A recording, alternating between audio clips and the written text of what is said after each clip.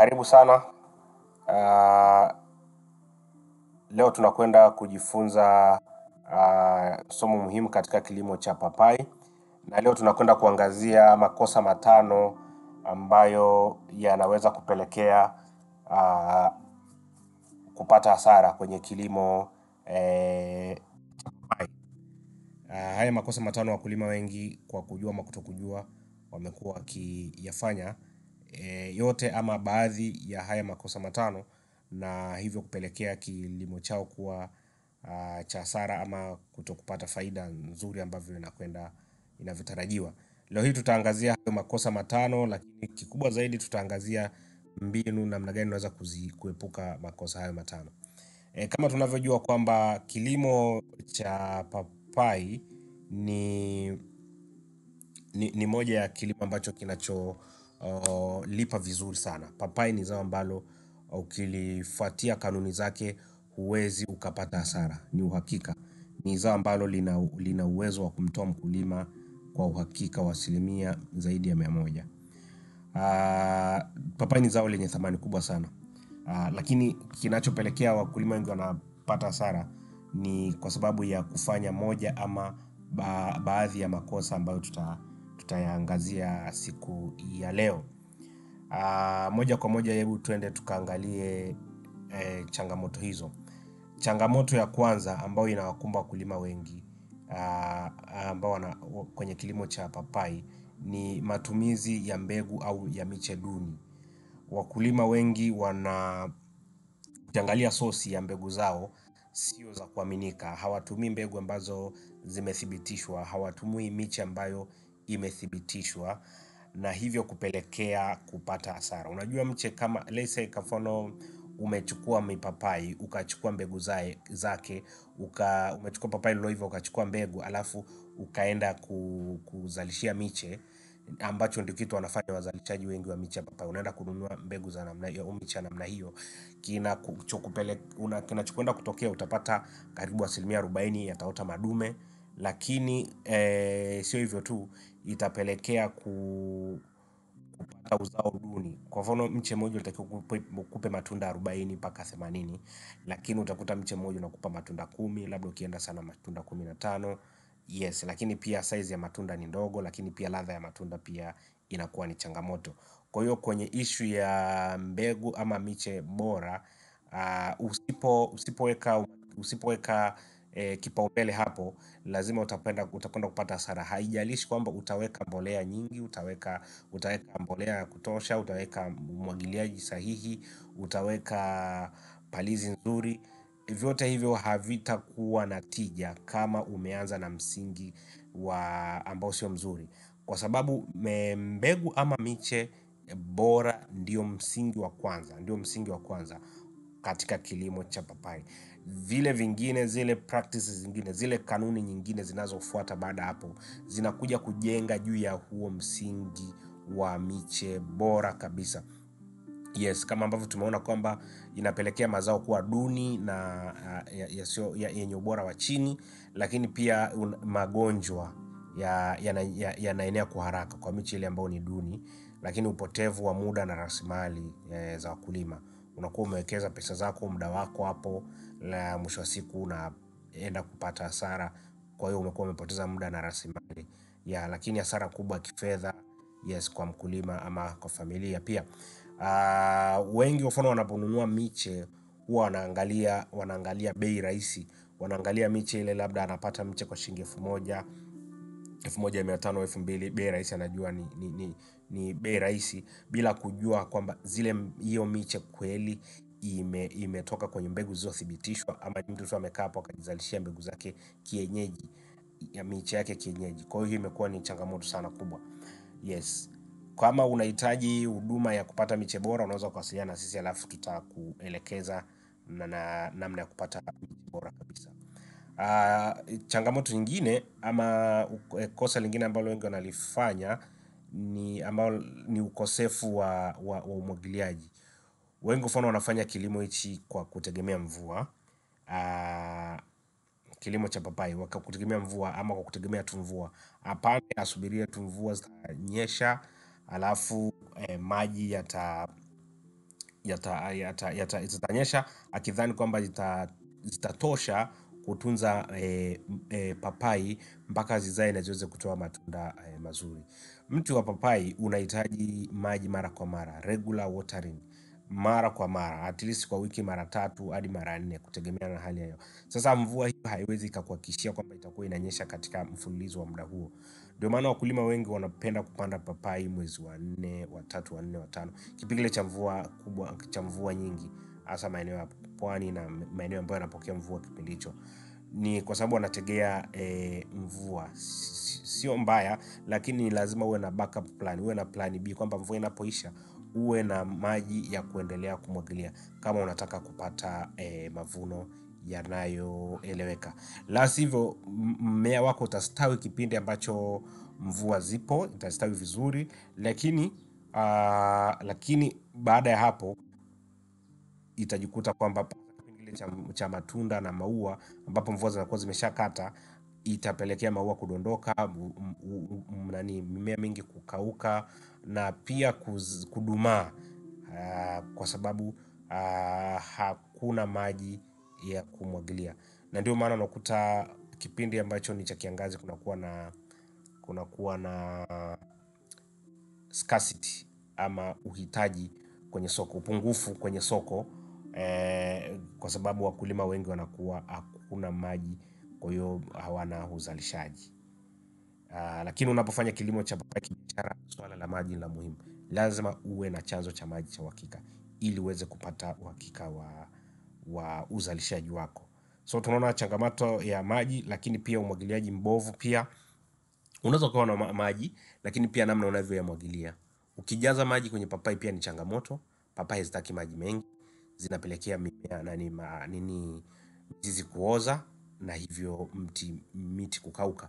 Na ndio maana unakuta labda mvua zikizidi sana, maji kama kulikuwa kuna mashimo kwenye hiyo miti ya matunda, sehemu za kutuama maji yanapotuama kwenye mipapai, zikikaa tu zaidi ya siku 3, tayari zile papai zote zinaanza kunyong'onyea na kukauka, kwa sababu ile mizizi ya papai iko delicate, inaoza kwa uharaka sana sana sana. Kwa hiyo ni muhimu sana, hata kama unataka kupanda papai zako, lazima uangalie hilo eneo kama linatuamisha maji hasa kipindi cha mvua, ili uepuke kupanda hilo eneo ama uinue matuta, ili maji yasituame hilo eneo. Kwa hiyo hilo ni jambo la muhimu sana. Tuna mifano mingi sana ya wakulima ambao wamepoteza heka kwa heka kwa sababu ya kutokuzingatia swala hilo. Ukihitaji ushauri na utaalamu kwa ajili ya kwenye shamba lako, namna gani unaweza kuliplan shamba lako vizuri ili lisikumbane na changamoto hiyo, unaweza kutupitia namba zetu 0763071007.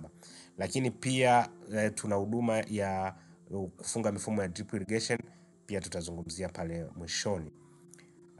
Tuangalie changamoto nyingine ambayo, ama kosa lingine ambalo linapelekea kupata hasara kubwa, ni udhibiti mbovu wa magonjwa na wadudu.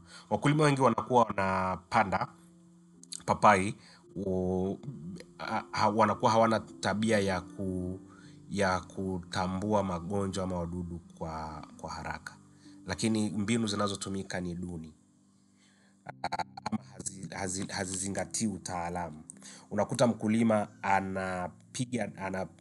anapuliza dawa ya kiuatilifu cha kupambana na magonjwa, wakati wale ni wadudu. Kwa mfano unakuta wale white mealbugs ambao wanakuwa ni weupe kwenye papai. Mtu anasema huu ni ukungu, hawa ni fungus, hawa ni fungus. Kumbe sio fungus, anatumia dawa ya fungus. Mwisho wa siku wale nani hawawezi kufa, wale white mealbug hawezi kufa, kwa sababu unakuta sio fungus. Anapuliza dawa labda ya wadudu, kumbe ule ni ugonjwa. Kwa hiyo ndio tunaita ni udhibiti mbovu wa magonjwa na wadudu. Yes, kwa hiyo hupelekea hasara kubwa, kwa sababu matunda ama majani yanapoathirika na wadudu ama magonjwa, hayata recover, hayatapona. Na yakiathirika kwa wingi, maana yake yanapunguza uzalishaji, kwa sababu majani yale ndiyo sehemu ya kutengeneza chakula. Kwa hiyo yanapoathirika sana, manake mmea unakosa uwezo wa kutengeneza chakula cha kutosha kwa ajili ya yale matunda. Kwa hiyo utapelekea maua kudondoka, matunda mengine kudondoka, kuoza, na mengine yale ambayo atakabaki yatakuwa ya madogo madogo. Kwa hiyo hii mbinu nani ubovu nini kushindwa kudhibiti kwa usahihi inapeleka hivyo. Hapa tunaona kuna kutambua mapema. Ile kutambua mapema magonjwa lese kwa mfano kama mosaic virus, papaya mosaic virus, ambao huu unaletaga hasara sana. Usipoweza kutambua mapema ni ngumu sana kudhibiti. Na hayo magonjwa mengine kama anthracnose, nini blight, na mengineyo, na wadudu wengine. Lakini pia changamoto nyingine hapo ni dawa sahihi. Kujua ni dawa gani sahihi na kutumia kwa kipimo sahihi, pia hiyo usipofahamu hiyo itakuletea changamoto na mwisho wa siku utapata hasara. Yes, kwa ushauri wa kitaalam pia kwenye swala hilo la namna ya kudhibiti, unaweza kutucheki na tutakusaidia vizuri kabisa. Tuangalie pointi ya 4. Kosa la 4 ni udongo usiofaa ama usimamizi mbovu wa mbolea. Udongo usiofaa. Udongo usiofaa ni kwa sababu gani? Papai inachagua sana udongo. Sio kila udongo unaweza kufaa kwenye papai. Udongo mfano wa mfinyanzi haufai kwa papai kwa sababu ule maji yanatuama pale. Udongo wa mfinyanzi una tendency ama una tabia ya kutunza unyevunyevu, ya kutunza maji kwa muda mrefu, na hali hiyo ya kutunza unyevunyevu kwa muda mrefu au maji kutuama pale kwa muda mrefu sio rafiki kwa papai. Itapelekea papai kuoza, mizizi kuoza na shina kuoza, mwisho wa siku mti utakufa, papai zitakufa. Kwa hiyo udongo wa nani haufai unaotuamisha maji wa mfinyanzi. Lakini pia udongo wa kichanga sana ambao maji hayatuami pale, unashika moto sana, virutubisho havikai pale.